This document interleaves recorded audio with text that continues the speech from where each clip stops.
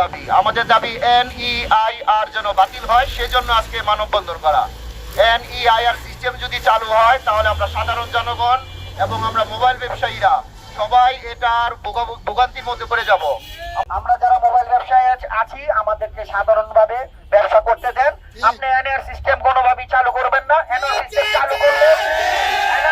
চালু করলে শুধু মোবাইল ব্যবসায়ীদের ক্ষতি না, সাধারণ জনগণের সিমের মধ্যে যারা ব্যাংকে আপনারা লেনদেন করছেন, যার সাথে যার কথা বলছেন, এগুলো সব হচ্ছে তারা তাদের কাছে যাচ্ছে। আমার ব্যক্তিগত তথ্য তাদের কাছে আমি কেন দিব? আমার কি, আমি কার সাথে লেনদেন করছি, কত টাকা ব্যাংকের আমার আছে, আমার কি সম্পত্তি আছে, আমি কার সাথে কথা বলছি, এই তথ্য আমি তাদের কাছে দিতে বাধ্য না। আর NEIR সিস্টেম চালু করেছে, এটা সফটওয়্যার, আবার ইন্ডিয়ার সফটওয়্যার।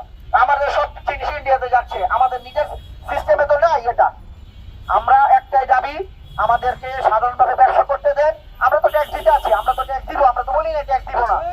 আমরা বলেছি ট্যাক্স দিব, আমাদের ট্যাক্সের বিষয়টা কমায় দেন। 57% ট্যাক্স।